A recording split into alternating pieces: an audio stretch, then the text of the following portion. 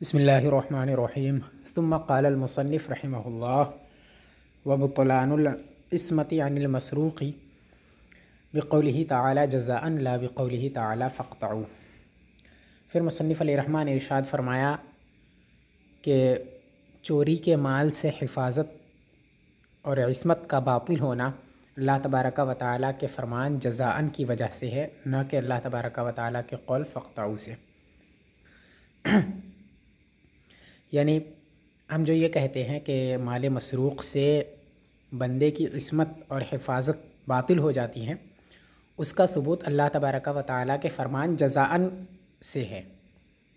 ठीक है, अल्लाह तबारक व तआला के क़ौल फ़क़तऊ से नहीं है। यानी अस्सारिक़ु वस्सारिक़तु फ़क़तऊ अयदियहुमा जज़ाअन बिमा कसबा, इसके अंदर जो फ़क़तऊ अयदियहुमा है, इससे हम इस बात का इस्बात नहीं करते हैं, बल्कि हम जज़ाअन बिमा कसबा है इससे इस बात का इस्तिदलाल करते हैं कि बंदे से चोरी के माल से बंदे का जो हक़ है चोरी के माल से वो मुंतकिल हो जाता है कुल्ला की तरफ और उसकी हिफाजत बातिल हो जाती है, बंदे की हिफाजत।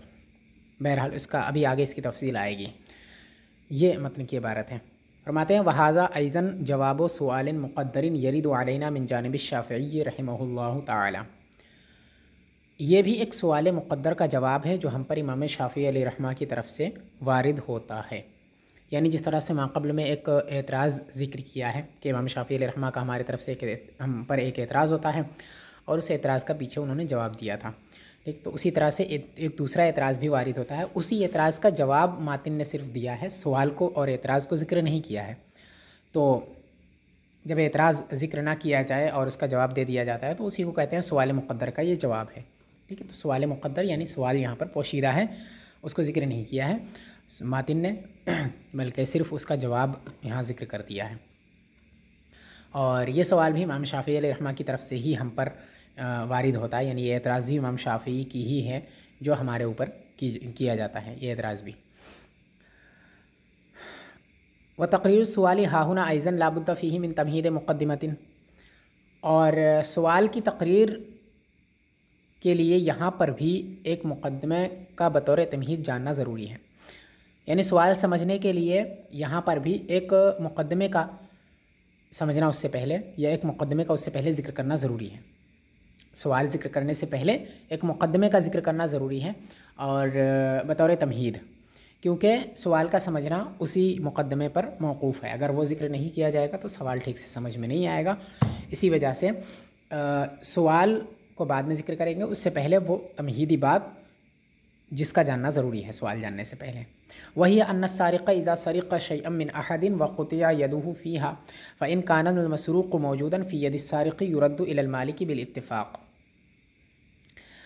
वो तमहीदी बात और वो मुक़द्दमा ये है कि जब चोर ने किसी शख्स का माल चोरी किया और उसकी सज़ा में उसका हाथ काटा गया, तो अगर चोरी का माल उसके पास मौजूद है, चोर के पास मौजूद है, यदि सारिक़ यानी चोर के पास मौजूद है, तो युरद्दु इलल मालिक बिल इत्तिफ़ाक़ वो माल मालिक को लौटा दिया जाएगा। यानी मिसाल के तौर पे ज़ैद ने अम्र का माल चोरी किया, ठीक, अब ज़ैद जो है उसका जुर्म साबित हो गया और उसका हाथ काट दिया गया चोरी की सज़ा में। चोरी की सज़ा है, उसका हाथ काट दिया जाता है, तो चोरी की सज़ा में उसका हाथ काट दिया गया। अब फिर उसके बाद ये देखेंगे कि उसके पास वो माल मौजूद है या नहीं, यानी जो चीज़ उसने चोरी की थी वो उसके पास मौजूद है या नहीं मौजूद है।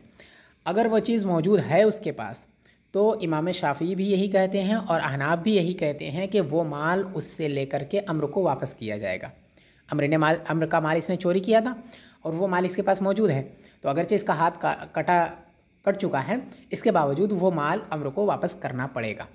ठीक है, तो ये तो तब है जब वो माल उसके पास मौजूद हो। तो बिल इत्तिफ़ाक़ यानी हमारा भी यही कौल है और शवाफ़े का भी यही मज़हब है कि वो माल उसको लौटा दिया जाएगा जिसका इसने चोरी किया है, जिसका माल। ठीक, तो वही ये कह रहे हैं। व इन कान हालिकन फ़इंद शाफ़िई यजिबु ज़मानु अलैहि सवाउन हलका बिनफ़्सिही अव इस्तहलकहु। और अगर वो चोरी की जो चीज़ है, चोरी का जो माल है, वो हलाक हो चुका है, तो इमाम शाफ़िई अलैहिर्रहमा ज़मान को उस पर वाजिब करार देते हैं और चाहे वो माल ख़ुद से हलाक हुआ हो या फिर इसने हलाक किया हो, यानी माल जो इसने चोरी किया था वो माल इसके पास से हलाक हो चुका है। ठीक, तो इमाम शाफ़ी रहमा कहते हैं कि माल उसके पास मौजूद नहीं है, माल हलाक हो चुका है, तो उस पर उसका ज़मान वाजिब होगा, यानी जितनी जो उसकी कीमत थी वो कीमत इसको लौटानी पड़ेगी। जिसका माल इसने चोरी किया था उस शख्स को उतनी कीमत लौटानी पड़ेगी जितनी कीमत की वो चीज़ थी जो इसने चोरी की थी। ठीक, अगर ये इसके पास से हलाक हो चुका है तब ऐसी सूरत में इमाम शाफ़ी का ये मज़हब है, इमाम शाफ़ी रहमा का। और इसमें दोनों सूरतें बराबर है, चाहे इसने खुद जानबूझ करके वो चीज़ हलाक की हो या फिर वो खुद से हलाक हुई हो, यानी इसके बगैर किसी अमल के वो चीज़ हलाक हुई हो या फिर इसने अपने जानबूझकर ख़ुद से इसको हलाक किया हो उस माल को। दोनों ही सूरतों में हुक्म एक है कि इसे ज़मान देना पड़ेगा, यानी उसकी जो कीमत थी वो कीमत उसको चुकानी पड़ेगी। ठीक, तो ये इमाम शाफ़ी रहमा का मज़हब है। चोर ने किसी के यहाँ चोरी की तो अगर जो चीज़ चोरी की है तो पहले तो चोरी के बदले में अगर उसका जुर्म साबित हो जाता है तो उसका हाथ काट दिया जाएगा। अब अगर चोरी का माल उसके पास मौजूद है तो बिल-इत्तिफ़ाक़ वो माल उसको लौटा दिया जाएगा, जिसका माल इसने चोरी किया था उसको लौटा दिया जाएगा। और अगर वो माल मौजूद नहीं है, वो हलाक हो चुका है, तो इमाम शाफ़ी रहमा फरमाते हैं कि इस पर ज़मान वाजिब होगा, यानी उसके बदले में उसकी कीमत इसे देनी पड़ेगी, चाहे वो माल ख़ुद से हलाक हुआ हो या इसने जानबूझकर हलाक किया हो। ठीक, वइंदा अबी हनीफ़ता ला यजिबु ज़मानु क़त्तु इल्ला इंदल इस्तिहलाकी फ़ी रिवायतिन। इमाम आज़म अलैहि रहमतुर रिज़वान, ये तो इमाम शाफ़ी अलैहि रहमा का मज़हब था। हमारा मज़हब इमाम आज़म अलैहि रहमा का मज़हब ये है कि उस पर ज़मान किसी भी सूरत में वाजिब नहीं है। चोरी करने वाले पर अगर चोरी का माल हलाक हो चुका है, मौजूद नहीं है, माल हलाक हो चुका है, तो किसी भी सूरत में, चाहे इसने ख़ुद से हलाक किया हो या फिर जानबूझकर इसने हलाक किया हो या फिर वो माल खुद ब खुद हलाक हो गया हो, दोनों ही सूरतों में से किसी भी सूरत में ज़मान इस पर वाजिब नहीं होगा, यानी उसकी कीमत इसे नहीं देनी पड़ेगी। अगर वो माल मौजूद है तब तो इसे लौटाना पड़ेगा, लेकिन अगर वो माल मौजूद नहीं है तो उस माल का ज़मान यानी उसके बदले में उसकी कीमत इसे नहीं देनी पड़ेगी। ये इमाम शाफ़ी रहमा का मज़हब है। एक तो ये कौल है, दूसरा जो एक और रिवायत है, ये ज़ाहिर रिवाया है ये मज़हब, और दूसरा इमाम आज़म रहमतुल्लाह रिज़वान से एक और रिवायत मरवी है, इल्ला इंदल इस्तिहलाक से उसी को बयान किया, इल्ला इंदल इस्तिहलाक फ़ी रिवायतिन, मगर एक रिवायत के अंदर जानबूझकर हलाक करने की सूरत में, इस्तिहलाक की सूरत में, यानी खुद से अपने अमल से हलाक करने की सूरत में ज़मान वाजिब होगा। यानी एक रिवायत तो यह है कि उसने अगर ख़ुद से हलाक किया हो, ठीक, तब भी ज़मान वाजिब नहीं होगा, और अगर वो माल खुद ब खुद हलाक हो गया हो तब भी ज़मान वाजिब नहीं होगा, यानी इसके अमल से हलाक हुआ हो तब भी नहीं होगा, अगर ख़ुद से हलाक हो गया हो तब भी नहीं होगा। दोनों की मिसाल, मतलब एक आमतौर से मैं मिसाल दे देता हूँ कि खुद ब खुद हलाक हो जाने और जानकर हलाक करने का मतलब ये हुआ कि जैसे मिसाल के तौर पे घर में आग लग गई, ठीक है, तो वो माल खुद से हलाक हो गया और इसने जानबूझकर आग लगा दी और उसमें वो माल जला, तो ये इसने जानबूझ करके उसे हलाक किया, या फिर खुद उन रुपयों पे या उस माल पे उसने आग लगा दी। ठीक है, तो ये अगर उसने उस माल पर आग लगा दी तो ये इसका इस्तेहलाक हुआ, इसको इस्तेहलाक कहेंगे। और अगर ख़ुद ब खुद मतलब घर में किसी तरह से आग लग गई और वो माल ज़ाय हो गया तो उसको हलाक बोलेंगे। ठीक, तो दोनों ही सूरतों में एक मज़हब तो यह है कि दोनों में से किसी भी सूरत में ज़मान वाजिब नहीं होगा, और यही ज़ाहिर रिवाया है। और दूसरी रिवायत इमाम आज़म से जो इमाम हसन बिन ज़ियाद ने नक़ल की है वो ये है कि अगर उसने जानकर हलाक किया है, ख़ुद से हलाक किया है, अपने अमल से हलाक किया है, तो ऐसी सूरत में ज़मान वाजिब होगा, और अगर ख़ुद से वो माल हलाक हो गया है तो ज़मान वाजिब नहीं होगा। ठीक,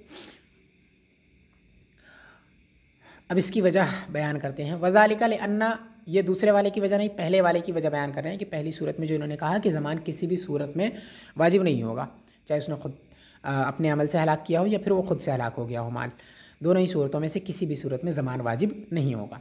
उसकी वजह बयान कर रहे हैं ऐसा। वज़ालिका लिअन्ना हीना अरादा सारिक़ु अस्सरक़ता यब्तुलु क़ुबैल अस्सरक़ति इस्मतुल मालिल मसरूक़ि मिन यदिल मालिक।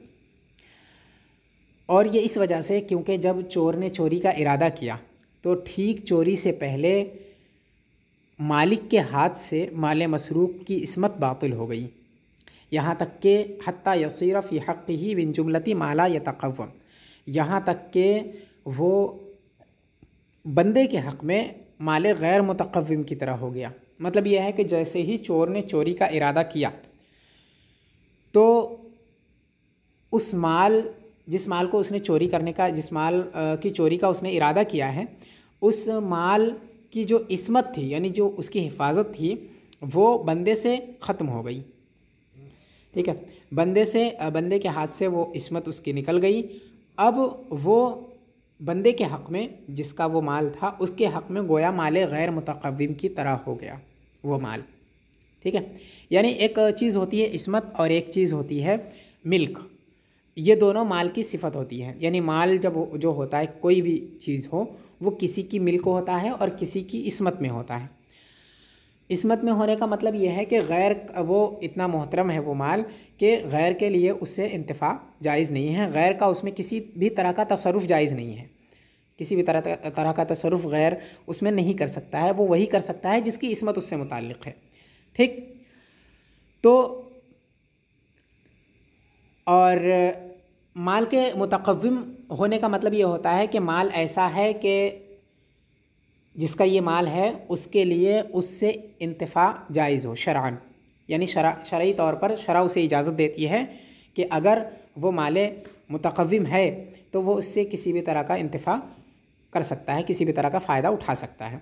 और अगर वो माल गैर मुतक़व्विम है तो शरअ इसकी इजाज़त नहीं देती, कि शरीयत इसकी इजाज़त नहीं देती कि वो उस माल से फ़ायदा उठाए। ठीक है, तो माल गैर मुतक़व्विम होने का मतलब यह है कि शरअन जिस माल से इंतफ़ा जायज़ ना हो वो गैर मुतक़व्विम है, और जिस माल से शरअन इंतफ़ा जायज़ हो, फ़ायदा उठाना जायज़ हो, वो माल मुतक़व्विम है। तो अब इसकी वजह जो पीछे दो कौल बयान किए हैं उनमें से जो पहला कौल था, जो ज़ाहिर रिवाया कौल है कि किसी भी सूरत में ज़मान वाजिब नहीं है, तो उसकी वजह बयान करते हैं कि ऐसा क्यों है। उसकी वजह ये बयान करते हैं कि जब चोर ने चोरी का इरादा किया तो जिस माल को चोरी करने का इरादा किया वो ज़ाहिर सी बात है किसी एक शख्स की मिल्क थी।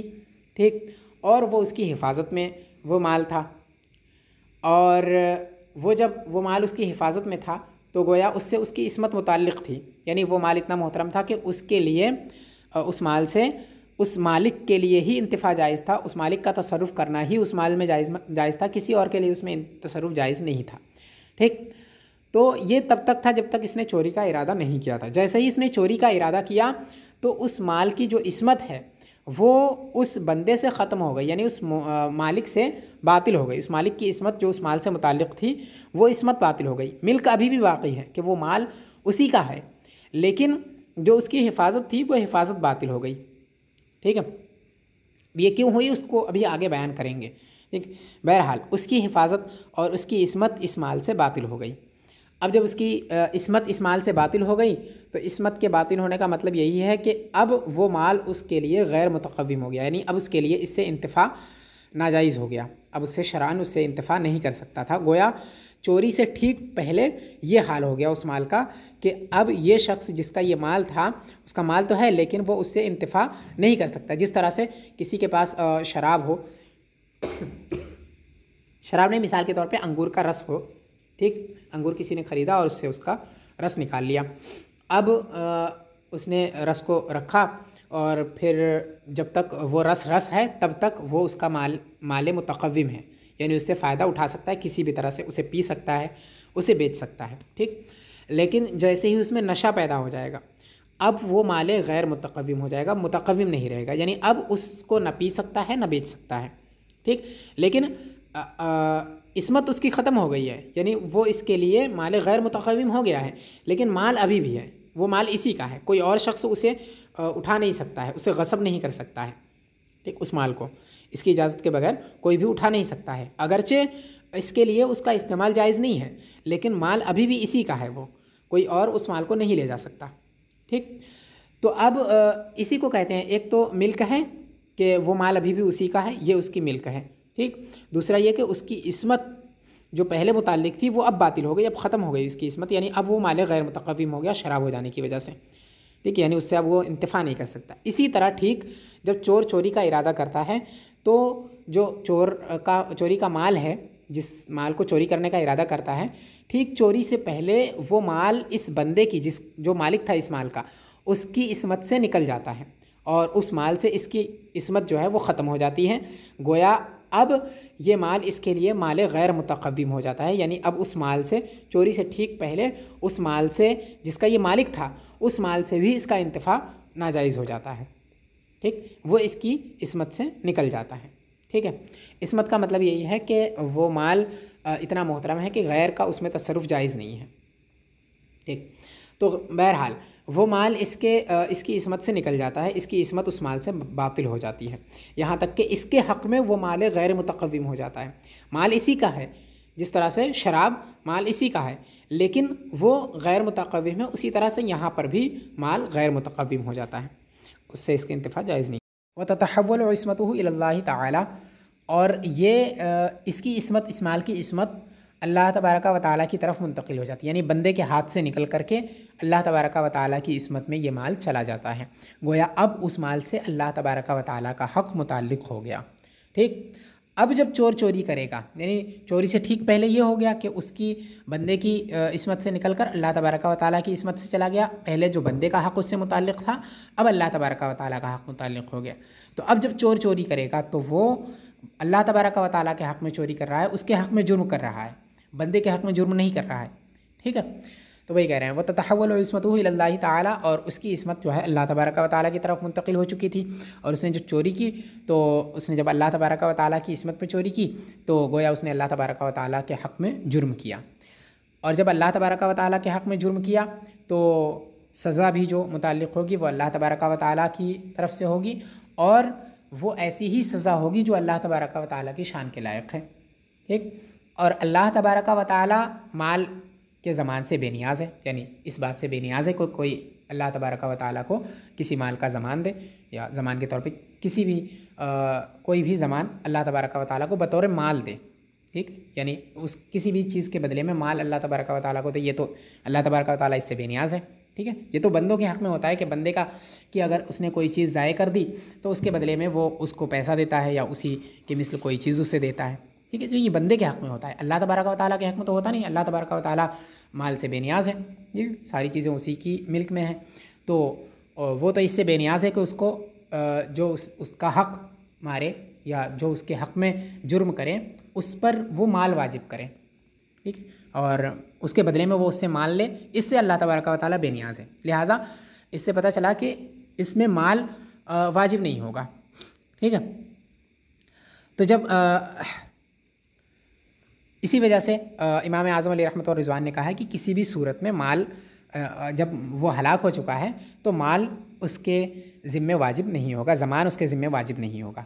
ठीक है, क्योंकि जैसे ही इसने चोरी का इरादा किया तो वो माल जिसको चोरी करने का इसका इरादा है वो माल बंदे की इसमत से निकल कर के अल्लाह तबारका व तआला की इसमत में चला गया, और जब अल्लाह तबारका व तआला की इसमत में चला गया है तो गोया उस माल से अब अल्लाह तबारका व तआला का हक़ मुताल्लिक़ हो गया, बंदे का हक़ मुनक़ते हो चुका है।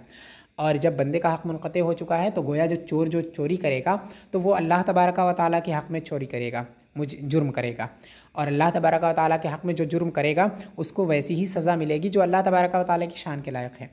ठीक, और माल का ज़मान लेना यह अल्लाह तबारका व तआला की शायान शान नहीं है कि कोई शख्स उसके हुक्म की कोई ख़िलाफ़ वर्जी करे या उसके साथ कोई हक़ तलफ़ी करे उसकी, तो उसके बदले में वो उस पर माल वाजिब करे और उससे माल ले, ये अल्लाह तबारका व तआला इससे बेनियाज़ है। ठीक है, बल्कि उसके बदले में जो अल्लाह तबारका व तआला ने जो सज़ाएँ मुक़र्रर कर रखी है वो सज़ाएँ दी जाएंगी उसे। ठीक है, वो माल वग़ैरह से बेनियाज़ है, इस वजह से माल वग़ैरह वाजिब नहीं होगा। लिहाजा जब चोर ने चोरी की तो उसने अल्लाह तबारका व तआला के हक़ में चोरी की और उसके हक़ के साथ जुर्म किया, और अल्लाह तबारका व तआला के हक़ के साथ जो जुर्म करे उसको जो सज़ाएँ दी जाती हैं वो वैसी ही हैं जो उसकी शान के लायक हैं। ठीक है, और माल का ज़मान यानी अगर किसी शख्स ने अल्लाह तबारका व तआला के हक़ में जुर्म किया तो उस पर माल को वाजिब करना ये अल्लाह तबारका व तआला इससे बेनियाज़ है, क्योंकि माल वग़ैरह इन सब चीज़ों को लेने से अल्लाह तबारका व तआला बेनियाज़ है। माल वग़ैरह तो बंदों को दिए जाते हैं कि अगर किसी बंदे के साथ उसने कोई हक़ तलफ़ी की है तो उसके बदले में वो माल देता है, क्योंकि माल बंदे को माल की ज़रूरत होती है, माल से कोई भी इंसान बेनियाज़ नहीं है। ठीक है, तो माल वग़ैरह का ज़िमान ये बंदों के हक़ में होता है, बंदों के लिए होता है, अल्लाह तबारका व तआला इससे बेनियाज़ है। और यहाँ पर जो इसमत जो जुर्म हुआ है वो अल्लाह तबारक व तआला के हक़ में हुआ है, लिहाजा माल का ज़मान वाजिब होगा ही नहीं। ठीक है, तो इससे साबित हो गया कि जब माल उसके पास मौजूद नहीं है तो ज़मान वाजिब नहीं होगा। अब यहाँ एक एतराज़ होगा, उसी को अभी आगे बयान कर रहे हैं कि जब चोरी से ठीक पहले बंदे का हक़ उससे ख़त्म हो जाता है और अल्लाह तबारक व तआला का हक़ मुताल्लिक़ हो जाता है, और चोर अल्लाह तबारक व तआला के हक़ में चोरी करता है, और अल्लाह तबारक व तआला माल के ज़मान से बेनियाज़ है कि वो किसी जुर्म के बदले में किसी से कोई माल ले, इससे अल्लाह तबारक व तआला बेनियाज़ है। तो जब अल्लाह तबारक व तआला इससे बेनियाज़ है तो ये तो उस सूरत में भी हुआ ना कि मतलब जब उसके पास माल मौजूद था, जब उसके पास चोर ने चोरी की और उसका हाथ काट दिया गया और उसके पास माल मौजूद था, तो बिल इत्तिफाक सब यही कहते हैं कि माल लौटाया जाएगा। तो उस सूरत में भी तो ऐसा हुआ था कि चोर ने जब चोरी का इरादा किया था तो वो माल जो है वो उसकी इस्मत बंदे से ख़त्म होकर के अल्लाह तबारक व तआला के हक़ में चली गई थी, अल्लाह तबारक व तआला की इस्मत में वो माल आ गया था। ठीक, तो उसने चोरी वहाँ पर भी अल्लाह तबारक व तआला के हक़ में ही जुर्म किया था चोरी करके, तो वहाँ पर भी तो ज़मान वाजिब नहीं होना चाहिए, यानी उस माल को लौटाना वाजिब नहीं होना चाहिए, क्योंकि अल्लाह तबारक व तआला माल के ज़मान से बेनियाज़ है, यानी माल वगैरह से बेनियाज़ है, तो वहाँ पर भी वाजिब नहीं होना चाहिए। तो उसका जवाब यहाँ से दे रहे हैं, व इन्नमा यजिबु रद्दु इज़ा काना मौजूदन लिअन्नहु लम यबतुल मिल्कुहु व इन ज़ालत इस्मतुहु फ़ले रिआयत सूरत कुलना बेवजूब रद्दिल माली वले रिआयतिल माना कुलना बेआदम ज़मानिही। और लौटाना माल को वाजिब है जब माल मौजूद हो, माल जब मौजूद हो तो माल का लौटाना वाजिब है, क्योंकि मालिक की मिल्क उससे ज़ायल नहीं हुई है, अगरचे उसकी इस्मत ज़ायल हुई है लेकिन मिल्क ज़ायल नहीं हुई है। मैंने अभी बताया था कि दो चीज़ें होती हैं माल से जो मुताल्लिक़ होती हैं, वो दो चीज़ें होती हैं, एक इस्मत है और एक मिल्क है। तो इस्मत अगरचे यहाँ ख़त्म हो चुकी थी लेकिन मिल्क अभी भी उसी का साबित था, जिसका ये माल था उसी की मिल्क अभी उसमें साबित थी। ठीक है, उसी का माल है अभी, ये किसी और का माल नहीं हुआ है, अगरचे इस्मत उसकी ख़त्म हो चुकी है लेकिन उसकी मिल्कियत अभी बाकी है। जिस तरह से शराब यानी अंगूर के रस में जब नशा पैदा हो गया तो वो जो मिल्क है वो अभी भी उसी की है, वो माल उसी का है, किसी दूसरे के लिए उसको गस्ब करना जायज़ नहीं है, लेकिन जो उसकी इस्मत थी वो ख़त्म हो चुकी है, अब वो उसकी इस्मत में नहीं है, यानी अब वो उससे इंतफ़ा नहीं कर सकता है, फ़ायदा नहीं उठा सकता किसी भी तरह से। ठीक उसी तरह यहाँ पर भी जब चोर ने चोरी की, चोरी का इरादा किया, तो वो माल अगरचे उसकी इस्मत से निकल चुका है लेकिन उसका ममलूक अभी भी है, लिहाजा अगर मौजूद है माल तो बज़ाहिर माल मौजूद है, और ज़ाहिरी सबब जो है यानी सूरतन जो ज़ाहिर होता है तो वो ज़ाहिरन जो है वो मालिक बंदा ही है उसका, उस माल का। तो जब वो मालिक उसी का उसका वही है और ये चोर उसका मालिक नहीं है, और चोरी से ना तो उसकी मिल्कियत ज़ायल होती है, चोरी से मिल्कियत ज़ायल नहीं होती, इस्मत ज़ायल होती है। तो जब चोरी से मिल्कियत ज़ायल नहीं होती है तो अभी भी वो चोर ही इसका मालिक है, लिहाजा जो मालिक है वो माल उसी को दिया जाएगा। तो अगर इसके पास माल मौजूद है तो मालिक को लौटा दिया जाएगा। तो वही कह रहे हैं कि लौटाना जब माल मौजूद हो तो लौटाना इस वजह से वाजिब है कि उसकी मिल्क ज़ायल नहीं हुई है, अगरचे उसकी इस्मत ज़ायल हो चुकी है लेकिन उसकी मिल्क ज़ायल नहीं हुई है, वो माल अभी भी उसी का है, तो जिसका माल है उसको वो दिया जाएगा, ज़ाहिर सी बात है। तो वही कह रहे हैं फ़ले रिआयत सूरती, तो हमने ज़ाहिर की रिआयत करते हुए जब माल मौजूद है तो हमने ज़ाहिर की रिआयत की कि बज़ाहिर ये माल उसी का है। ठीक है, अगरचे बातिन के तौर पर वो उसकी इस्मत उससे ख़त्म हो चुकी है, वो अल्लाह तबारक व तआला की हिफाजत में जा चुका है वो माल, लेकिन बज़ाहिर ये उसी का माल है। तो इसी वजह से हमने इस ज़ाहिर की रिआयत करते हुए ये कहा कि उसको लौटाना वाजिब है उस माल को अगर मौजूद है तो। वले रिआयतिल माना खुलना बेआदम ज़मान ही, और मानवी माना की रिआयत करते हुए हमने ये कहा कि अगर माल हलाक हो चुका है तो उसका ज़मान वाजिब नहीं होगा, यानी बातिनी तौर पर, चूँकि माना उसका ये है कि जो इस्मत है, ठीक है, बातिनी तौर पर ये इस्मत जो है वो बंदे से मुंतकिल होकर अल्लाह तबारक व तआला की तरफ मुंतकिल हो चुकी है ये इस्मत। तो इसी माना की रिआयत करते हुए हमने ये कहा कि उस पर उसका ज़मान वाजिब नहीं होगा अगर माल मौजूद नहीं है तो, और अगर माल मौजूद है तो ज़ाहिर सी बात है ज़ाहिर की रिआयत हमने की यहाँ, और हमने ये कहा कि उसका लौटाना वाजिब होगा। तो ये पूरा एक जो मसला था, जो तमहीदी बात थी, वो यहाँ तक अभी हुई है, अभी एतराज़ नहीं हुआ है उधर से। ठीक है, एतराज़ अब ज़िक्र करेंगे इसके बाद। तो बहरहाल पूरी बात बस इतनी सी थी कि चोर जब चोरी करता है तो चोरी करने के बाद उसका हाथ काटा जाता है अगर उसका जुर्म साबित हो जाता है तो। फिर उसके बाद अगर वो माल जो उसने चोरी किया है वो उसके पास मौजूद है तो उस माल को बिल्इत्तेफ़ाक़ लौटा दिया जाता है, जिसका माल चुराया था उसे लौटा दिया जाता है। और अगर वो माल उसके पास मौजूद नहीं है तो इमाम शाफ़ी अलैहि रहमत व रिज़वान कहते हैं कि चाहे उसने ख़ुद से हलाक किया हो, जानबूझकर इसने हलाक किया हो या ख़ुद से वो माल हलाक हो गया हो, बहर सूरत उसका ज़मान इस पर वाजिब होगा। ठीक। और हम अहनाफ़ कहते हैं, इमाम आज़म अलैहि रहमत व रिज़वान का मज़हब ये है कि उसका ज़मान इस पर वाजिब नहीं होगा, चाहे इसने जानबूझकर उसको हलाक किया हो या फिर ख़ुद से हलाक हुआ हो, किसी भी सूरत में ज़मान इस पर वाजिब नहीं होगा। और एक दूसरी रिवायत इमाम आज़म की ये भी है कि अगर उसने जानबूझकर हलाक किया है तो ज़मान वाजिब होगा।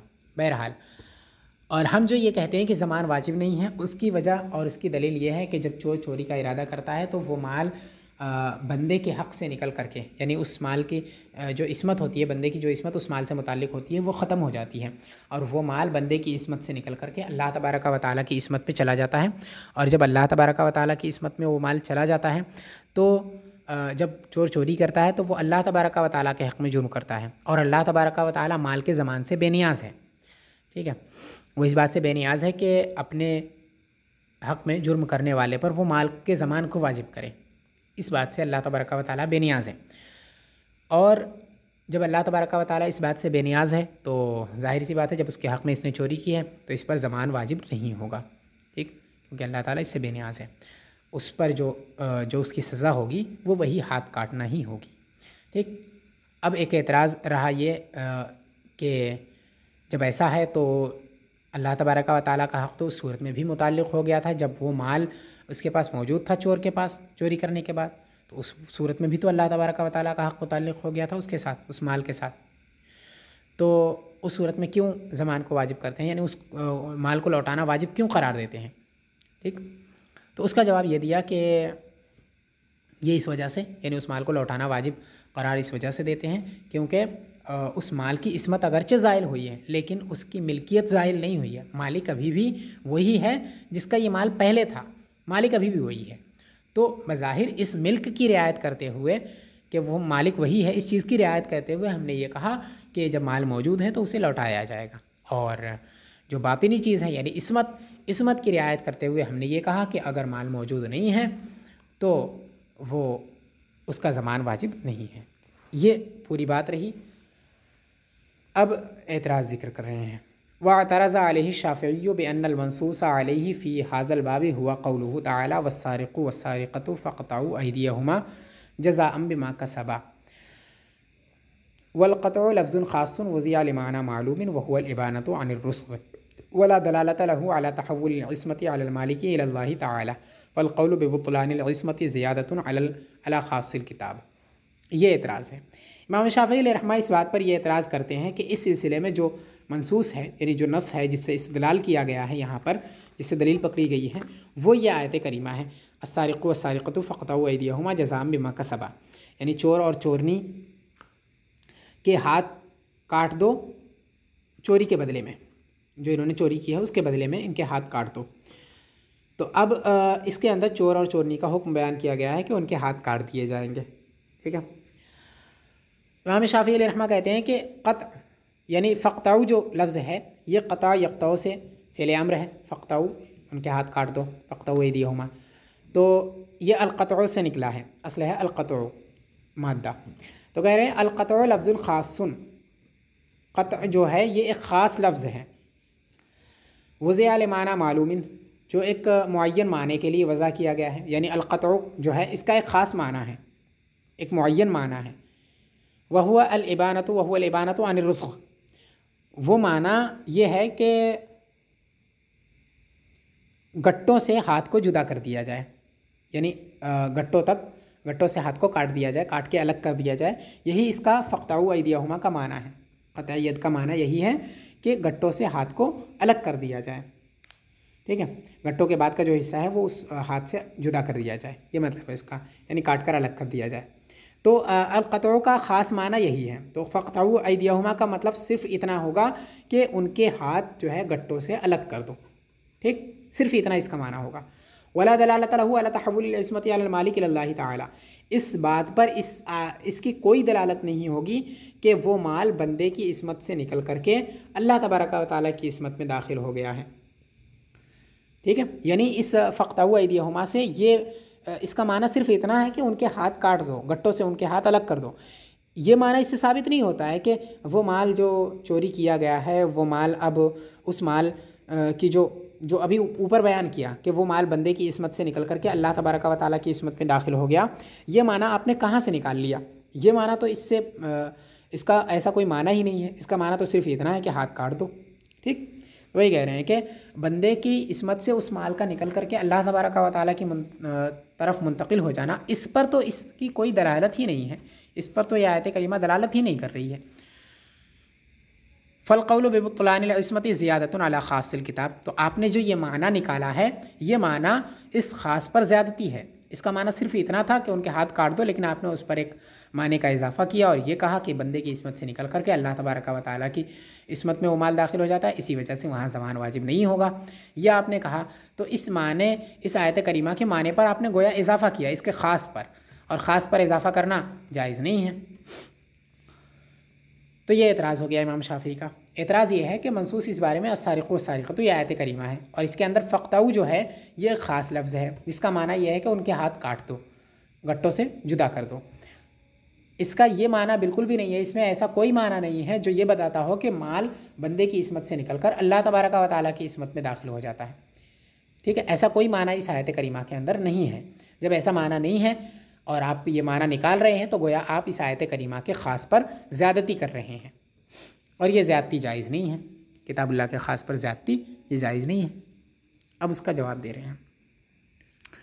फ़अजाबल मुसन्निफ़ अलैहिर्रहमा ने इसका जवाब दिया अनजानिब अबी हनीफ़ता इमाम आज़म अलैहिर्रहमतुर रिज़वान की तरफ से, बेअन्ना बुतलान इस्मति अनिल मालिल मसरूक़ी व इज़ा लताहा मिनल मालिकी इलल्लाहि ताला इन्नमा नुस्बितुहु बिक़ौलिही ताला जज़ाअम बिमा कसबा ला बिक़ौलिही फ़क़तउ। ये कह रहे हैं जो आपने समझा है वो हमारा मुस्तदल नहीं है, और जो हमारा मुस्तदल है वो आपने समझा नहीं।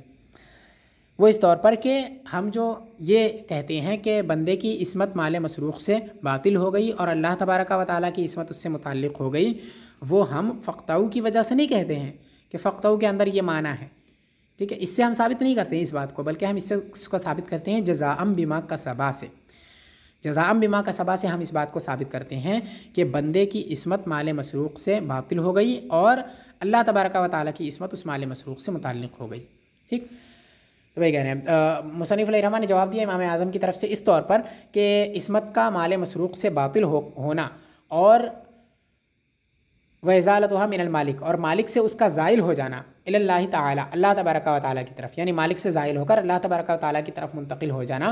इन्नमा नुस्बितुहु बिक़ौलिही ताला जज़ाअम बिमा कसबा, हम इसको अल्लाह तबारक व तआला के कौल जज़ाअम बिमा कसबा से साबित करते हैं, ला बिक़ौलिही फ़क़तउ, फ़क़तउ से साबित नहीं करते हैं, ठीक है। जैसा कि आपने समझा कि फ़क़तउ ख़ास है, फिर आपने ये उसका माना बयान किया, तो हम उससे साबित ही नहीं करते हैं। तो इससे साबित हो गया कि हम ख़ास के माना पर इजाफ़ा नहीं करते हैं, ठीक, बल्कि हम जज़ाअम बिमा कसबा से साबित करते हैं। तो अब ये तो एतराज़ का जवाब हो गया, लेकिन अब ये कि किस तरह से साबित करते हैं जज़ाअम बिमा कसबा से, उसको देखते हैं, उसको बयान करते हैं। वज़ालिका लिअन्नल जज़ाअ इज़ा वक़अ मुतलक़न फ़ी मारिज़िल उक़ूबाति युरादु बिही मा यजिबु हक़्क़न लिल्लाहि ताला। इस तौर पर हम जज़ाअम बिमा कसबा से ये साबित करते हैं कि बंदे की इस्मत उससे मुताल्लिक़ वो ज़ाइल हो गई और अल्लाह तबारक व तआला की इस्मत मुताल्लिक़ हो गई। इसको हम इस तौर पर साबित करते हैं कि यहाँ पर जज़ाअम अल्लाह तबारक व तआला ने फ़रमाया है और जज़ान के साथ कोई क़ैद नहीं है, यानी जज़ान फ़िद दुनिया या फ़िल आखिरह इस तरह की कोई क़ैद नहीं है, या फिर कोई भी और कोई सिफ़त इसकी नहीं है, ठीक। जज़ान मुतलक़ है, यहाँ पर कोई सिफ़त कोई क़ैद इसके साथ मुताल्लिक़ नहीं है। और जब वज़ालिका लिअन्नल जज़ाअ इज़ा वक़अ मुतलक़न फ़ी मारिज़िल उक़ूबात, जब सज़ाओं की जगह पे, सज़ाओं के मकाम पर जब लफ्ज़ जज़ा मुतलक़ वाक़ हो, यानी उसके साथ कोई क़ैद ना हो, कोई सिफ़त ना हो, जब मुतलक़ वाक़ हो और सज़ा की जगह पे वाक़ हो, यानी सज़ा को बयान किया जा रहा और वहाँ पर इसको जज़ा का लफ्ज़ बोला जाए और वो मुतलक़ बोला जाए। तो कह रहे हैं कि युरादु बिही मा यजिबु हक़्क़न लिल्लाहि ताला, यहाँ पर वो सज़ा मुराद होती है जो अल्लाह तबारका व ताला का हक़ होकर वाजिब होती है, यानी अल्लाह तबारका व ताला के हक़ की वजह से जो सज़ा वाजिब होती है, जिस सज़ा के साथ अल्लाह तबारका व ताला का हक़ मुताल्लिक़ होता है, वहाँ पर जज़ा का लफ्ज़ मुतलक़ बोला जाता है। ठीक है, न कि वहाँ जहाँ बंदे का हक़ मुताल्लिक़ होता है उस सज़ा के साथ। वही कह रहे हैं जो सज़ा अल्लाह तबारका व ताला का हक़ होकर वाजिब हो, यानी अल्लाह तबारका व ताला की हक़ तलफ़ी किसी ने की और उसके बदले में जो सज़ा वाक़ हो, तो वहाँ पर जज़ा का लफ्ज़ बोला जाता है बिला किसी क़ैद के। ठीक, अब जब ये साबित हो गया कि जज़ाअन यहाँ पर मुतलक़ है और जहाँ पर मुतलक़ हो वहाँ पर अल्लाह तबारका व ताला का हक़ उस सज़ा से मुताल्लिक़ होता है, लिहाजा यहाँ साबित हो गया कि इससे अल्लाह तबारका व ताला का हक़ मुताल्लिक़ है, इस जज़ा से, इस सज़ा से अल्लाह तबारका व ताला का हक़ मुताल्लिक़ है। गोया अल्लाह तबारका व ताला के हक़ में जुर्म करने की वजह से ये सज़ा दी जा रही है। व इन्नमा यकूनु हक़्क़न लिल्लाहि ताला इज़ा वक़अतिल जिनायतु फ़ी इस्मतिही व हिफ़्ज़िही, और ये बात ज़ाहिर है कि अल्लाह तबारका व ताला के हक़ की वजह से सज़ा वहीं दी जाएगी जहाँ पर जिनायत अल्लाह तबारका व ताला की इस्मत और हिफाजत में वाक़ हुई हो। अगर उस माल से अल्लाह तबारका व ताला की इस्मत मुताल्लिक़ नहीं हुई तो वहाँ पर जो सज़ा दी जा रही है वो अल्लाह तबारका व ताला के हक़ की वजह से क्यों दी जा रही है? जब अल्लाह तबारका व ताला का हक़ ही उससे मुताल्लिक़ नहीं है, जब इस्मत भी बंदे की मुताल्लिक़ है, मिल्क भी बंदे की मुताल्लिक़ है उस माल के साथ, तो दोनों तरह के हुकूक जो है वो बंदे के हैं।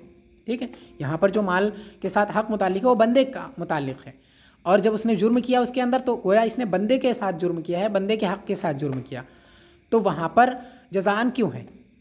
ठीक, इससे पता चलता है कि यहाँ पर जज़ाअन जो है, इससे पता चला कि अल्लाह तबारका व ताला के हक़ में बंदे ने जुर्म किया है, और जब अल्लाह तबारका व ताला के हक़ में बंदे ने जुर्म किया है तो गोया इससे ये पता चला कि जुर्म जो है वो अल्लाह तबारका व ताला की इस्मत, ये चोरी जो है वो अल्लाह तबारका व ताला की इस्मत और हिफाजत में वाक़ हुई है। ठीक है, क्योंकि यहाँ चोरी की बात चल रही, तो चोरी अल्लाह तबारका व ताला की इस्मत और हिफाजत में ही हुई है, तभी अल्लाह तबारका व ताला का इससे हक़ मुताल्लिक़ होगा, वरना हक़ मुताल्लिक़ होने की कोई वजह नहीं है। ठीक, और जब ऐसा है कि अल्लाह तबारका व ताला की इस्मत उससे मुताल्लिक़ थी, लिहाजा जो हमने कहा था पीछे वो बात हमारी साबित हो गई। ठीक है, कि इसके साथ अल्लाह तबारका व ताला की इस्मत मुताल्लिक़ हो गई, बंदे की इस्मत इससे ख़त्म हो चुकी है। ठीक, तो अब जब इससे अल्लाह तबारका व ताला की इस्मत मुताल्लिक़ हुई तो अब कह रहे हैं व इन काना कज़ालिक व इज़ा काना कज़ालिक, और जब मामला ऐसा है फ़क़द शुरिया जज़ाउहु जज़ाअन कामिलन, तो इसकी जो जज़ा होगी, जो इसकी सज़ा होगी वो जज़ाए कामिल होगी, इसके बदले में जो भी सज़ा दी जाएगी वो जज़ाए कामिल होगी। ठीक है, और वो जज़ाए कामिल इस वजह से होगी कि यहाँ पर मिन कुल्लिल वजूह, ये जो ये मिन कुल्लिल वजूह जुर्म है। ठीक है, क्योंकि ये अल्लाह तबारका व ताला का हक़ इससे मुताल्लिक़ है, तो जब इसने इस माल के साथ इसने जुर्म किया तो उस माल की हालत ये थी कि उस माल से इंतिफा किसी भी इंसान के लिए जायज़ नहीं था। ठीक है, और अगर बंदे के साथ जिनायत की जाती है, बंदे के हक़ में कोई गुनाह किया जाता है, तो बंदे के हक़ में वो मिन कुल्लिल वजूह जिनायत नहीं होती है, मिन कुल्लिल वजूह वो जुर्म नहीं होता है, क्योंकि जो बंदा होता है, जिसका वो माल होता है, जिसकी इस्मत में वो माल होता है, उसका उस माल से इंतिफा जायज़ होता है, वो उस माल से फ़ायदा उठा सकता है, तो उसके हक़ में ये जुर्म नहीं होता है।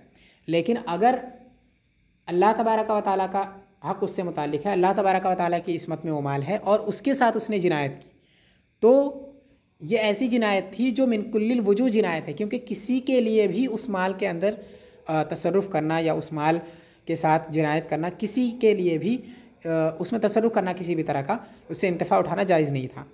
ठीक है, इसी वजह से ये मिन कुल्लिल वजूह, हर इंसान की तरफ नज़र करते हुए कोई भी अगर इसमें तसर्रुफ़ करता तो वो जिनायत ही होती। ठीक, तो इसी वजह से ये मिन कुल्लिल वजूह जिनायत है।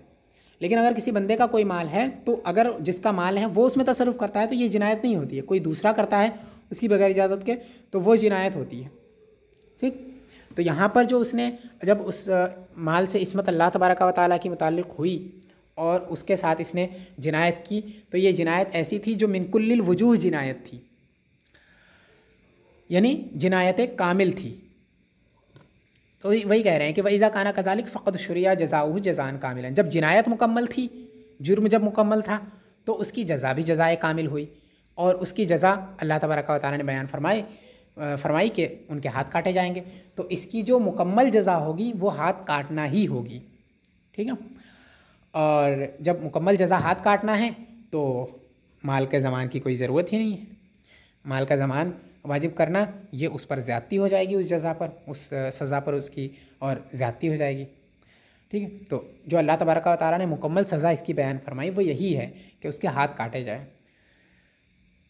तो अब इस पर माल के ज़मान का इजाफ़ा नहीं किया जाएगा, ये है। तो एक बार फिर से इसको देख लें। वज़ालिका लिअन्नल जज़ा, इसकी वजह यह है कि जज़ा जब मुतलक़न वाक़ हो मारिज़ उक़ूबात में, यानी सज़ाओं की जगह पे जहाँ पर सज़ा को बयान किया जा रहा हो वहाँ पर अगर लफ्ज़ जज़ा मुतलक़न वाक़ हो, उसके साथ कोई क़ैद ना हो, यानी दुनिया आखिरत या फिर किसी भी तरह की कोई दूसरी सिफ़त वहाँ ज़िक्र ना की जाए कि ये जज़ा ऐसी होगी, तो वहाँ पर उस जज़ा से मुराद जो है ऐसी जज़ा होती है जो अल्लाह तबारक व तआला की हक़ की वजह से वाजिब हुई है, यानी अल्लाह तबारक व तआला के हक़ में जिनायत करने से वो सज़ा और या वो जज़ा मुताल्लिक़ हुई है अल्लाह तबारक व तआला के हक़ की वजह से, ठीक। तो जब अल्लाह तबारक व तआला के हक़ की वजह से वो जज़ा वो मुराद होती है वहाँ पर, तो यहाँ पर भी ऐसा ही है। जज़ाअम के अंदर जज़ा मुतलक़ है, किसी क़ैद का यहाँ पे कोई ज़िक्र नहीं है। इससे पता चला कि ये जज़ा ऐसी है जो अल्लाह तबारक व तआला के हक़ की वजह से वाजिब हुई है, ठीक। और जब अल्लाह तबारक व तआला की हक़ और अल्लाह तबारक व तआला का हक़ बन कर के जब ये जज़ा वाक़ हुई है, तो ये तो तभी हो सकता है जब जिनायत अल्लाह तबारक व तआला की इस्मत व हिफाजत में हो। जब अल्लाह तबारक व तआला की इस्मत में जिनायत ना हो तो अल्लाह तबारक व तआला का हक़ उससे क्यों मुताल्लिक़ होगा, ठीक है। अगर बंदे की इस्मत में हो तो बंदे की का हक़ ही उससे मुताल्लिक़ होगा, बंदे की वजह से ही उस पर सज़ा होगी, बंदे के हक़ की वजह से, ठीक।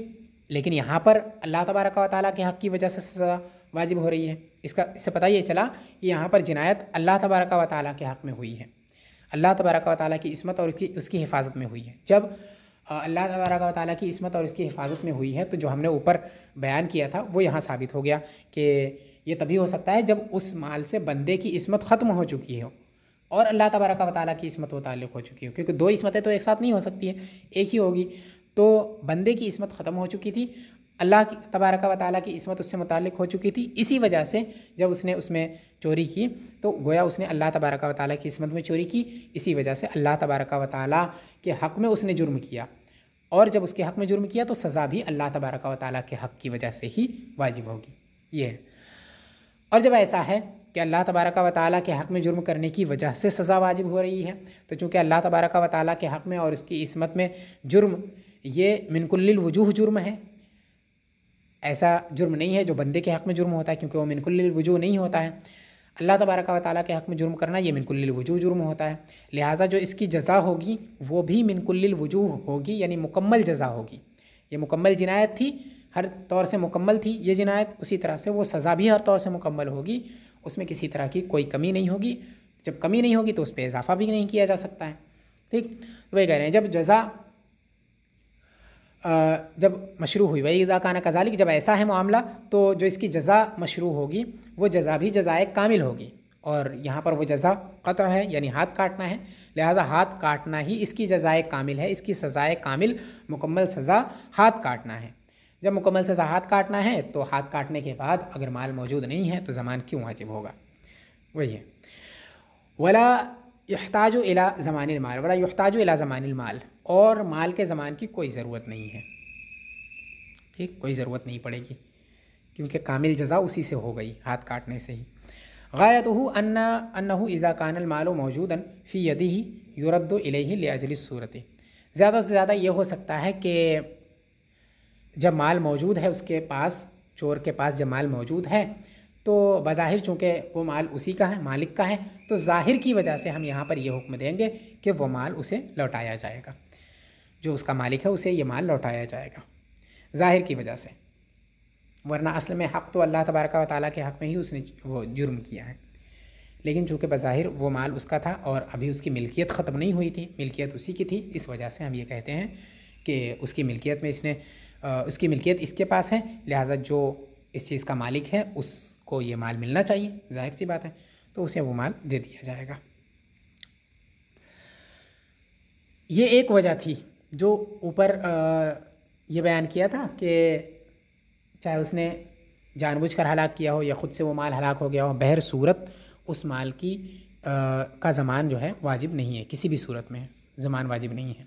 उसकी एक वजह तो अभी ऊपर बयान कर दी, दूसरी वजह यहाँ से बयान कर रहे हैं, वली अन्ना जज़ा यजीउ बिमाना कफ़ा, और इस वजह से भी कि जज़ा ये कफ़ा के माना में आता है, यानी जो जज़ाअन का लफ्ज़ है, मस्तर जो जज़ाअन है, तो ये कफ़ा के माना में भी आता है, यानी किफ़ायतुन के माना में भी आता है। जज़ा कफ़ा के माना में आता है, ठीक है, यानी काफ़ी होने के माना में, किफ़ायतुन काफ़ी होना, उसी से कफ़ा माजी है, तो जज़ा ये कफ़ा के माना में आता है, यानी जो बदला होना है ये काफ़ी होने के माना में भी आता है। ये जो लफ्ज़ जज़ा है ये काफ़ी होने के माना में भी आता है। तो जब ये काफ़ी होने के माना में है तो जज़ान का मतलब ये हुआ है किफ़ायतन, ठीक है, जज़ान किफ़ायतन इसका माना हो गया। तो ये कह रहे हैं फ़यदुल्लु अला अन्नल क़ता हुआ काफ़िन लिहाज़िल जिनायती, जब ऐसा है तो ये इस बात पर दलालत करेगा कि हाथ काटना ये काफ़ी है इस जिनायत के लिए, ठीक है, यानी इस जिनायत की जो उसने जुर्म किया है, इस जुर्म की सज़ा हाथ काटना काफ़ी है।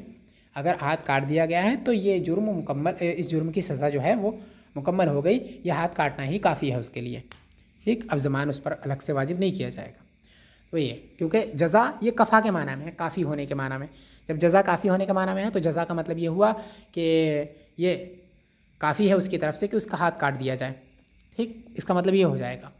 और जब ऐसा मसला है तो फिर ज़मान को वाजिब करना ये उस पर ज़्यादती होगी, क्योंकि हाथ काट देना ही काफ़ी था तो उतने पर ही इक्तफ़ा किया जाता, उतने पर ही इक्तफ़ा किया जाएगा। तो वही कह रहे हैं फ़यदुल्लु अला अन्नल क़ता हुआ काफ़िन लिहाज़िल जिनायत, ये इस पर दलालत करता है कि हाथ काटना ये इस जिनायत के लिए काफ़ी है, इस जुर्म के लिए यानी चोरी के लिए हाथ काटना ही काफ़ी है।